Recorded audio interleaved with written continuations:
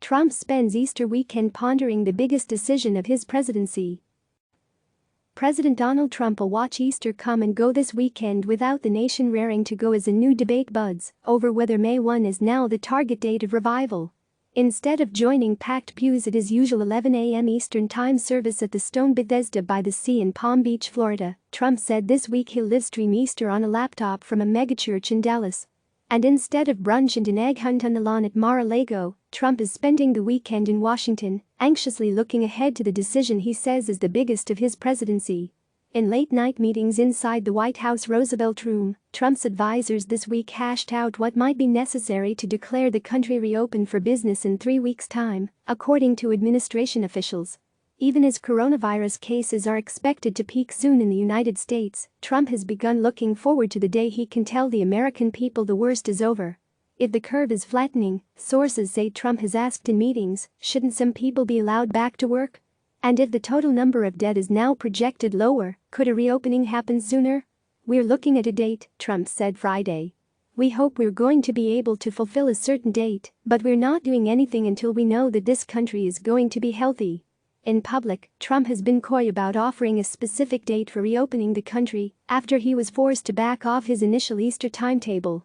But internally officials are pushing to do so by next month, and there are specific discussions underway about May 1, a person familiar with the talk said. It's a date few health experts, including those advising him at the White House, feel comfortable endorsing outright.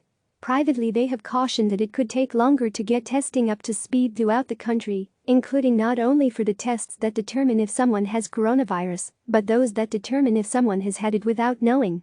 Those health officials are being assured by other aides that testing will be on par within weeks, but doubts remain, people familiar with the talk said. Aides already predict an eventual clash between those who want the economy reopened and those who caution a more gradual approach. Trump insisted Friday he would give both sides a hearing, even as he claimed that staying at home leads to death also. I will certainly listen. Two sides, remember. I understand the other side of the argument very well, he said when asked whether he would heed the advice of his health team if they tell him May 1 is unrealistic to reopen the country.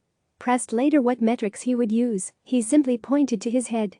That's my metrics, he said. I'm going to have to make a decision and I only hope to God that it's the right decision. But I would say without question it's the biggest decision I've ever had to make. Everyone bending his ear as conversations intensify in the White House about how and when to give guidance to reopen the country. The president is talking more and more to friends from Wall Street, hedge fund managers and others in the financial world, pressuring him to put a specific date on the calendar for when businesses can reopen, and to do it soon, according to a person familiar with the president's conversations.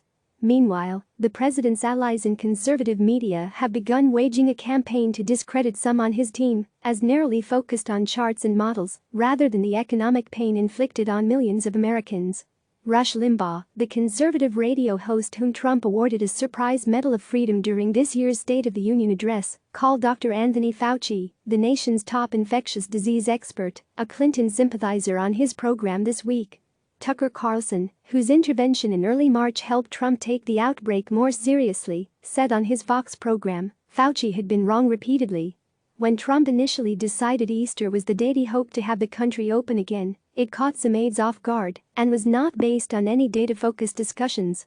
Officials, realizing it was unrealistic, slowly tried to get the president to back off that timeline by showing him models that projected thousands of dead and polling that showed Americans favored keeping the restrictions back in place. That was just an aspiration. That would have been incredible, Trump said this week. But I don't think we're going to be very far behind. Now, there is no similarly concerted effort underway to convince Trump to ease up on the May timeline for reopening the country, people familiar with the matter said. Even some of Trump's cabinet officials have started signaling their quiet endorsement of lifting certain restrictions. Attorney General William Barr called guidelines on social distancing draconian in an interview this week.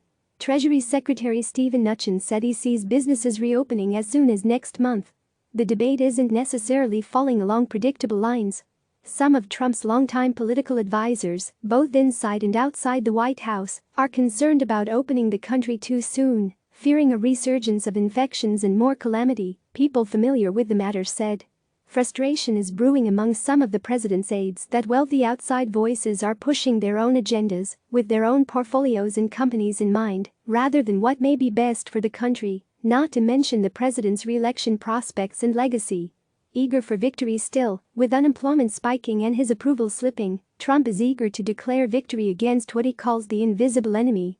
He's previewed a big celebration when the coronavirus outbreak has ended and hopes the country's re-emergence from virtual lockdown will help him politically.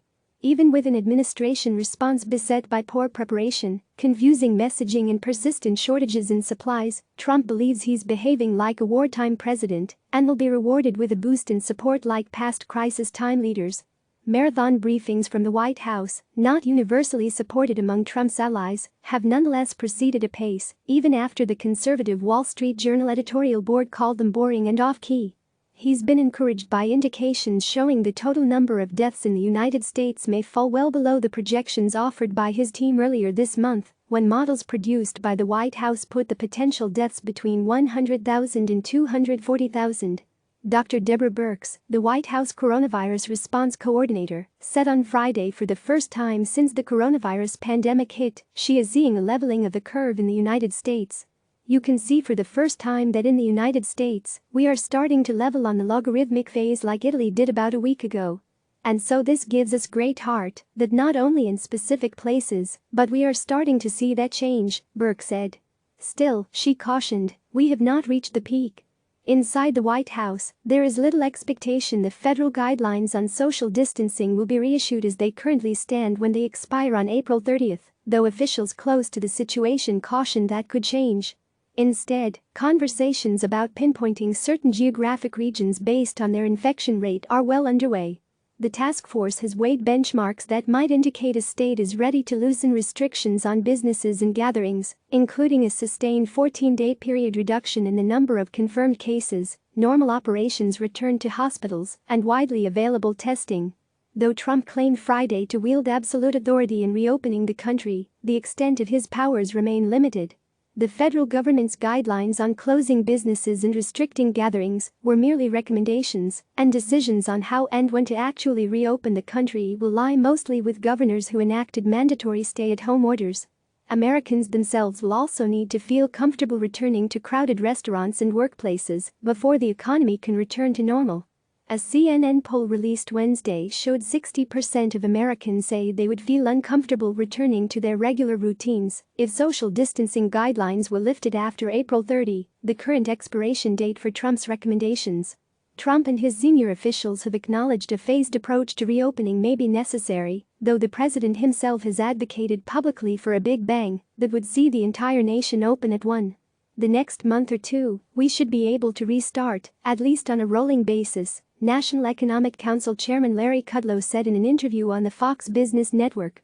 Other officials were less enthusiastic. Some places will be able to think about opening on May 1, Surgeon General Jerome Adams said Friday on Fox News. Most of the country will not, to be honest with you, but some will. Testing questions. Key to any reopening, according to health experts and senior administration officials, is the ability to offer widespread testing and institute surveillance systems that would identify new outbreaks.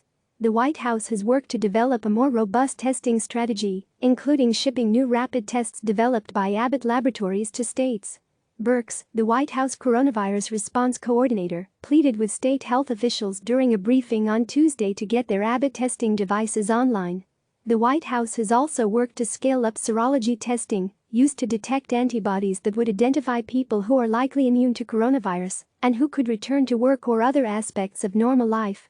Fauci said Friday the idea of Americans carrying certificates of immunity to prove they have tested positive for the antibodies to the coronavirus might have some merit under certain circumstances. But the test isn't ready yet. And the country remains at home, even on a week when many Americans would otherwise be streaming into churches for Easter or gathering with families for Passover. Trump, who once hoped a great American resurrection would be underway by now, said he'd set up his laptop from the White House to watch Easter services from Dallas's First Baptist Church, where his friend and sometime advisor Robert Jeffress is the senior pastor. "I'm going to be with him watching on a laptop," Trump said Friday.